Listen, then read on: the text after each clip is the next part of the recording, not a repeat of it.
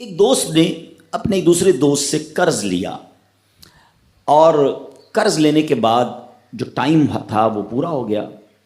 اب پیسے اس نے نہیں لوٹائے. بڑی کوشش کی اس نے کہ بھائی میری رقم واپس دے دیں, اس نے نہیں دیا. اب وہ یہ کیس لے کر عدالت میں چلا گیا اور جج صاحب سے جا کر اس نے کہا کہ اس نے میرے پیسے دینے اور یہ میری رقم نہیں لوٹا رہا. تو جج صاحب نے کہا کہ تمہارے پاس 30 دن ہیں, ودن 30 days تم نے اس کے پیسے واپس لوٹانے ہیں ورنہ پھر تمہارے خلاف فیصلہ ہو جائے گا.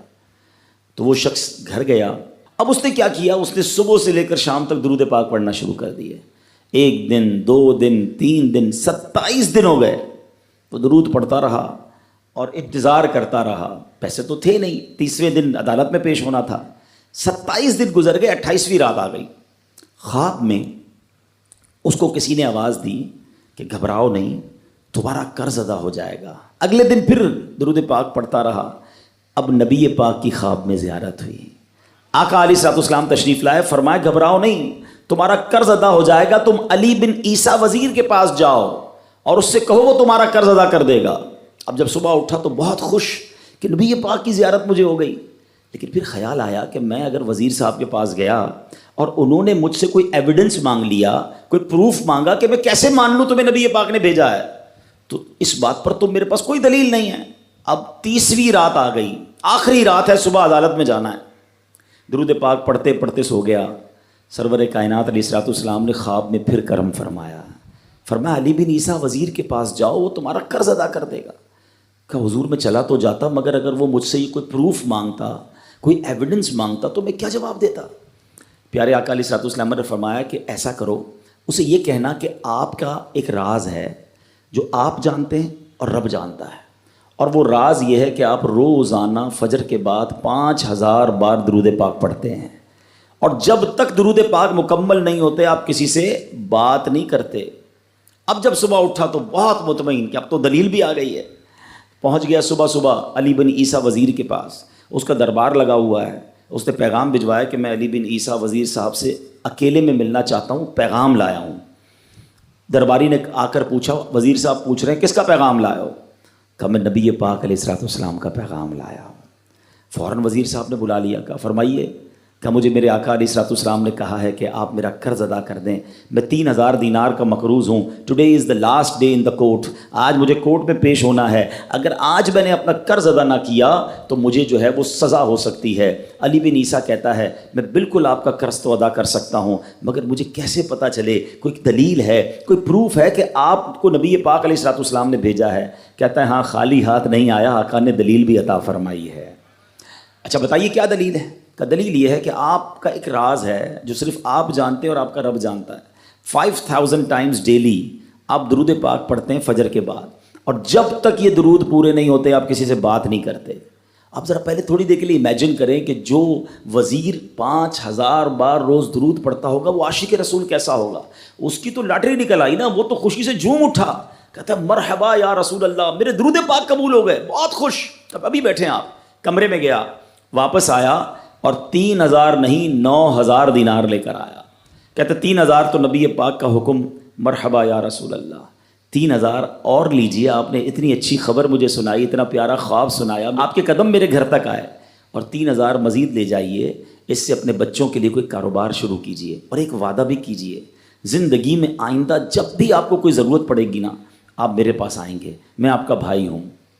اب یہ دیوانہ بڑا خوش ہو کر عدالت پہنچا. اچھا everybody expecting over there, سب یہ سوچ رہے تھے کہ یہ اس نے آج گرفتار ہی ہونا ہے, کیونکہ تھا ہی کچھ نہیں اس کے پاس, پہلے ہی کہہ دیا تھا کہ میں کولیپس ہو گیا ہوں.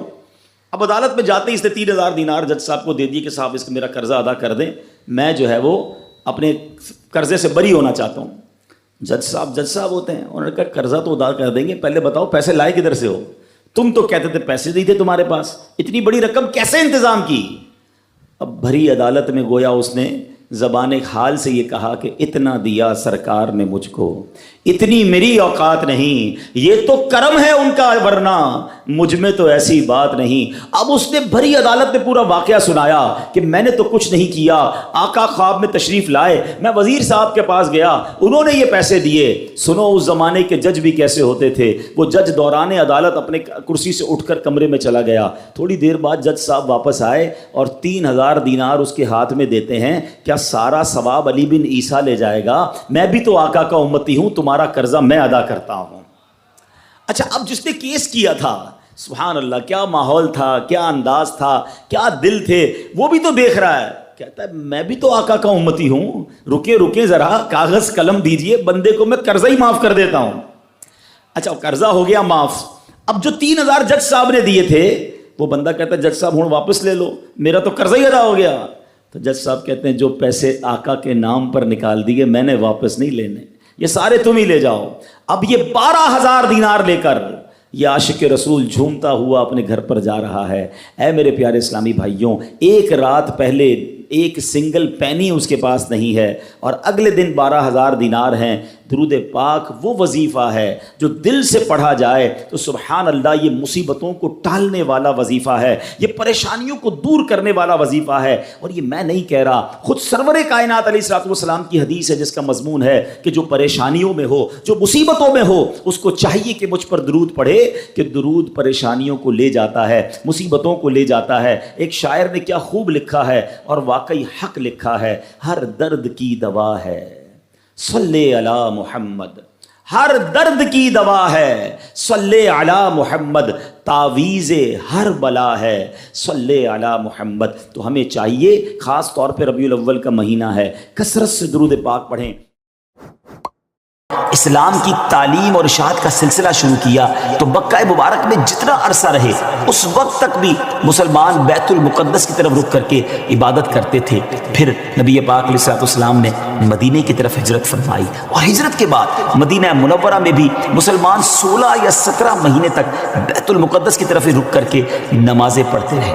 ہجرت کے 1 سال 5.5 مہینے کے بعد 15ویں رجب پیر کے دن مسجد بنی سلمہ میں نماز ظہر کے درمیان قبلے کی تبدیلی ہوئی، اور اللہ پاک نے پیارے آقا علیہ الصلوۃ والسلام کی خواہش کے مطابق مسلمانوں کا جو کعبہ ہے، قبلہ ہے، وہ کعبہ کو فرما دیا، اور اب مسلمان کعبے کی طرف رک کر کے نماز ادا کرنے لگے۔ اس مقام پر آج بھی مسجد قبلتین قائم ہے۔ حضرت سلیمان علیہ السلام کے بعد بنی اسرائیل کے زوال کے ساتھ ہی بنی اسرائیل 2 حصوں میں منقسم ہو گئے، تقسیم ہو گئے۔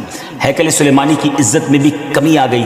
ویسے تو ہیکل سلیمانی پر کئی حملے ہوئے، مگر ایران کے بادشاہ بخت نصر نے جو فلسطین پر حملہ کیا تھا اس میں ہیکل سلیمانی کو مکمل طور پر مسمار کر دیا، اور بڑے پیمانے پر یہودیوں کا قتل عام کیا، تورات جلا دی گئی، اور اس وقت یہودی غلاموں کو دریائے فرات کے کنارے آباد کیا گیا، اور انہوں نے اس بستی کا نام تل ابیب رکھا۔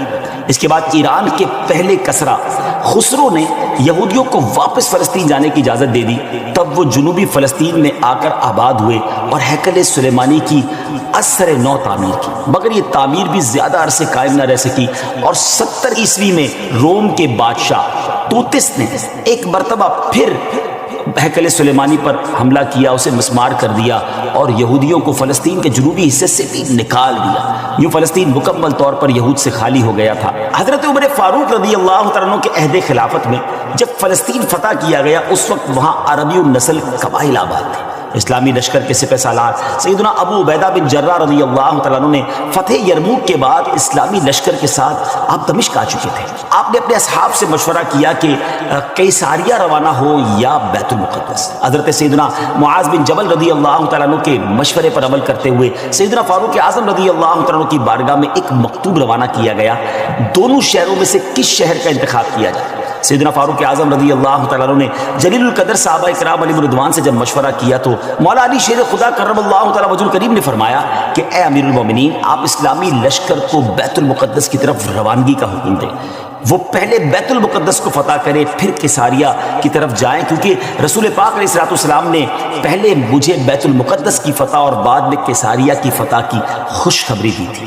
یہ سن کر سیدنا فاروق اعظم رضی اللہ تعالیٰ نے فرمایا اے ابو الحسن، آپ نے سچ کہا۔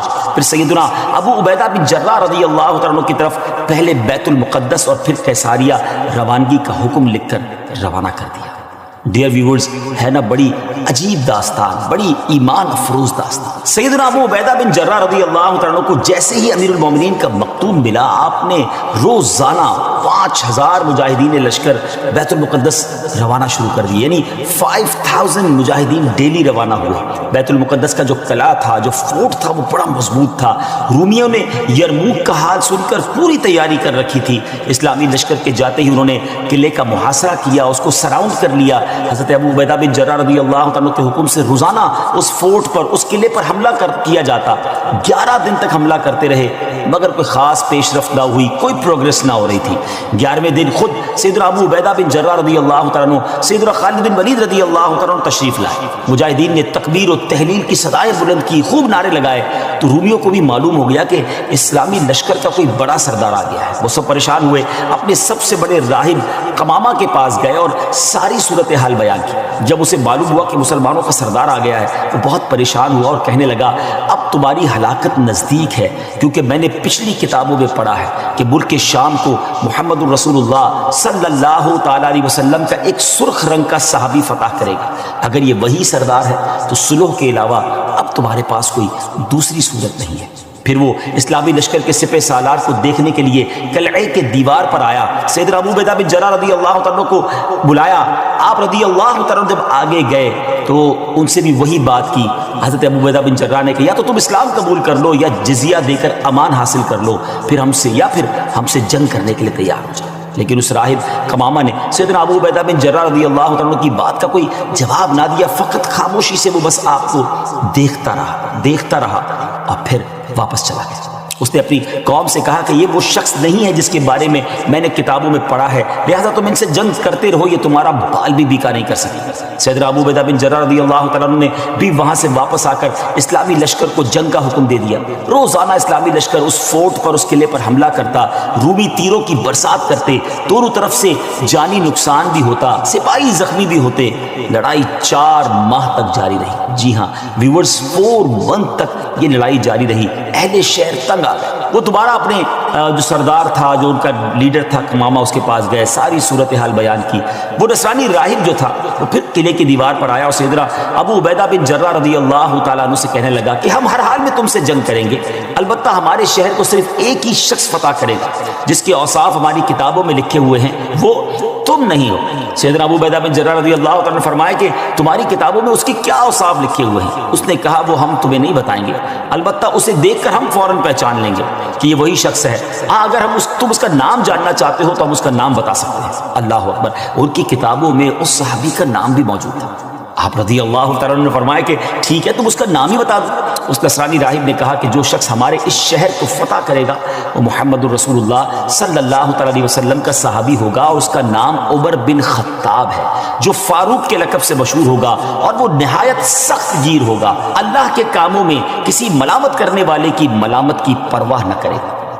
سیدنا ابو عبیدہ بن جراح رضی اللہ تعالیٰ عنہ نے جیسے ہی یہ سنا